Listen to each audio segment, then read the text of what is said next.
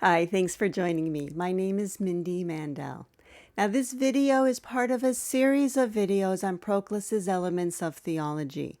And today I'm going to be talking about propositions 18 through 20. Before I get into the text, I do want to make just a few administrative points. One is that I am using the E.R. Dodds translation throughout this series. For those of you who do not have the text, there is a link in the description box for a PDF version. Also, today's propositions are going to build on the last set. The last video I did was on 14 through 17. For those of you who didn't see that video and would like to, I'll link it above for you. I at least recommend that you read through propositions 14 through 17 to get familiar with them before going on to this video. Okay, with those administrative points out of the way, let's get into the text. So in some of the earlier propositions, Proclus introduced us to the idea of participation. He always introduced it, though, as the lower participating in the higher. Now he's going to talk about the activity of the higher to the lower. Instead of using the word participation, though, he's going to say that the higher bestows a character on the lower. And that's what we're seeing here in Proposition 18. Everything which by its existence bestows a character on others, itself primitively possesses that character which it communicates to the recipients. In Propositions 14 through 17, we saw the example of motion. And I'm going to use that as an example here. I'll use it here in 18 and 19, and then we'll see that Proclus is actually going to bring it back directly in Proposition 20. Okay, so our bodies have self-motion. We move ourselves, but we have self-motion by participation. It is because of soul that we have this motion. It is actually soul that is the self-moved. And so what he is saying here, if we were going to apply Proposition 18 to the idea of self-motion, is that soul has, by its existence, self-motion, and it can bestow that character on others, on body. So it itself primitively possesses the character of self-motion, which it can then communicate to bodies. For if it bestows by its mere existence, it is by the very existence of soul that it gives self-motion to its participants. In fact, in the Phaedrus, this is how Plato defined soul, is that it is the self-motive and it moves bodies. It makes the bestowal from its own essence. Then what it bestows is inferior to its essence, and what it is more greatly and more perfectly, by the principle that whatever is productive of anything is superior to its product. So self-motion in soul is greater in power and essence than it is in body. And that's Proposition 7. Thus, the character, self-motion, for example, as it pre-exists in the original giver, has a higher reality than the character bestowed. So again, self-motion has a higher reality in soul than it has in body. It is what the bestowed character is, but it is not identical with it, since it exists primitively in soul, for example, and the other only by derivation. It exists in body only by derivation. For it must be that either the two are identical and have a common definition, or there is nothing common or identical in both, or the one exists primitively and the other by derivation. So here we see Proclus falling back on a mode of argumentation that he seems to really like, which is where he'll say, these three possibilities are the only possibilities. If we can reject two of them, then we see that the third one must be correct. Now, it's important that all of us are clear on what the three possibilities are going forward so we can better understand why he rejects two of them and accepts the third one. So here again is the sentence that I had just read last. For it must be that either the two are identical and have a common definition, or there is nothing common or identical in both, or the one exists primitively and the other by derivation. So we saw that, and we can guess here that he's going to accept the third one, but we want to better understand the first two to understand what it is that he's rejecting. So the first possibility, and using again the example of self-motion, that self-motion in souls is identical, exactly the same definition as self-motion in bodies. Now we already saw in Proposition 7 why the cause cannot be equal to the effect, and so we saw how that was a problem. And so we can already kind of anticipate what he's going to do there. But that's the first one.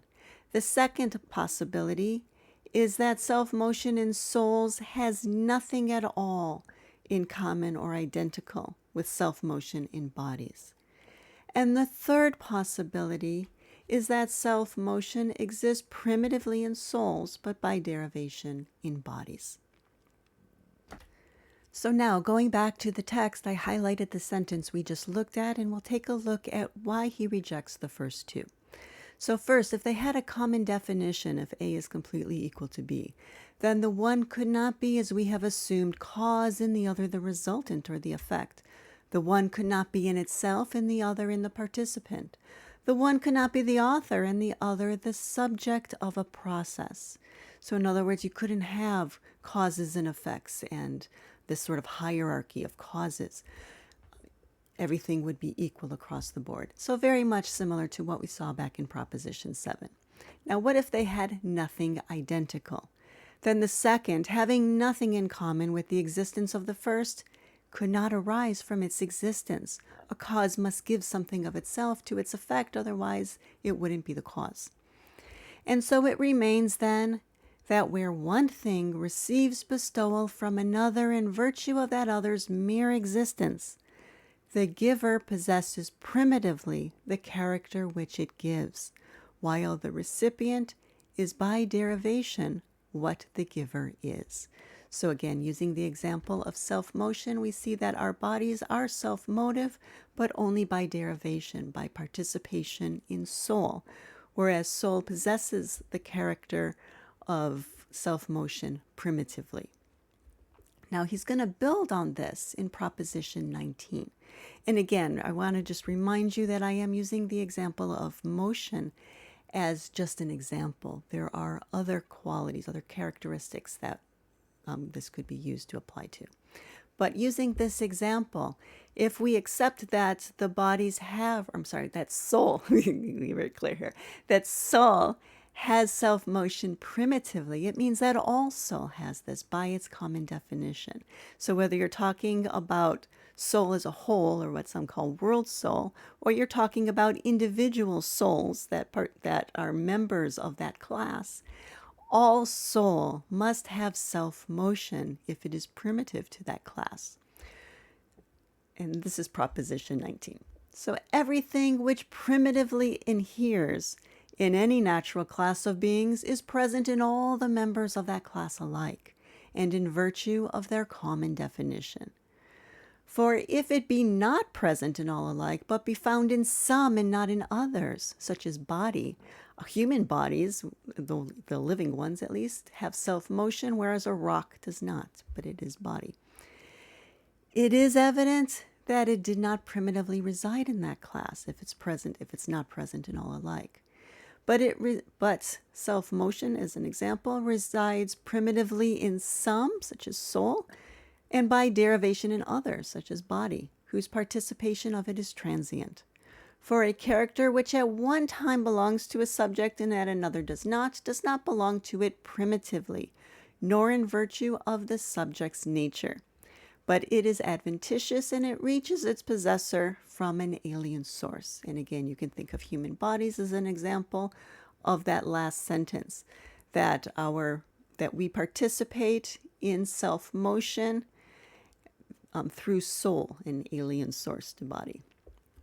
Okay, now that he has set up Propositions 18 and 19, he is ready to go on to show us the basic metaphysical hierarchy that his whole metaphysics is built on.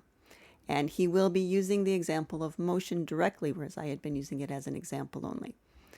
All right, Proposition 20. Beyond all bodies is the soul's essence. Beyond all souls is the intellective principle. And beyond all intellective substances is the one. So this is the basic structure of realms of reality, and with the one is the first cause of all. Since this hierarchy is central to our metaphysics, I do want to make sure we're all on the same page. So if you were to ask atheists, for example, they would tell you that body is all that is real. Yet we know that for Platonists, this is actually the bottom rung of the ladder. And so he's saying that beyond all bodies is the realm of soul, is the soul's essence. And beyond all souls, we'll find intellect, the intellective principle. And then beyond all intellective substances, the first cause of all is the one. Okay, so this is the basic structure that we're going to see going forward. Okay, so now let's go back to the text and see how Proclus makes his case. He says that every body is moved by something not itself. Self-movement is contrary to the body's nature, but it's by communication in soul that body is moved from within, and it is because of soul that body has life. When soul is present, the body is in some sense self-moved, but not when the soul is absent, showing that body is naturally moved from without or externally, while self-movement is of soul's essence. For that in which soul is present receives communication in self-movement, and a character which soul by its mere existence communicates must belong in a far more primitive sense to soul itself. And that's where we started today with Proposition 18. Soul is therefore beyond bodies as being self-moved in essence, while bodies by participation come to be self-moved. Okay, so now he's got to take us the next rung to go from soul to intellect. Soul, again, being moved by itself, it has a rank inferior to the unmoved principle, which is unmoved even in its activity. So soul has the power to generate its own motion, but it must get that power from its cause. And if soul is the first mover, then its cause must be unmoved. For all things that are moved, the self-moved has primacy, and of all movers, the unmoved. That was the corollary to Proposition 14, where we saw that bodies participate in motion or have external motion, as it was stated there. They have external motion, and that is inferior to the self-motion of the soul. But as that which can move others, the self-moved is inferior to that which it gets its power from, which is the unmoved, and that was intellect. So in Proposition 14, we did see the same basic structure or hierarchy, but now he's putting the names on it: body, soul, intellect. If, therefore, soul is a self-moved cause of motion, there must exist a prior cause of motion, which is unmoved. Now, intelligence is such an unmoved cause of motion. It is eternally active without change. Now, going forward here, he's going to introduce another idea, moving away from motion to thought, and he's going to introduce the intelligence as the first thinker. It is through intelligence that soul participates in perpetuity of thought, as body in self-movement through soul, or body participates in self-movement through soul. For if perpetuity of thought belonged primitively to soul, it would inhere like self-movement in all souls, and that was Proposition 19. Hence, it does not belong primitively to soul. Our souls can participate in nous, but they do not have nous in essence. And not all soul participates nous. Prior to soul, then, must be the first thinker. That is, the intelligence is prior to souls. And so there, by the way, you're seeing another way of applying Proposition 19. Not all souls participate in nous, but all intelligences, by definition, must have intelligence. And so it's primitive in intelligence, but not in soul. And now he has to take us that final rung to go from the intelligence to the cause of all, the one. Yet again, the one is prior to the intelligence. For the intelligence, though it is unmoved, is yet not unity. Unity here Again, Dodds uses it not in the sense of a multitude coming together to form a unity, but unity in a pure sense, the one.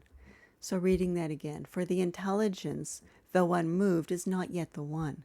In knowing itself, it is object to its own activity. It is subject and object, so it's not a one. It is at least two.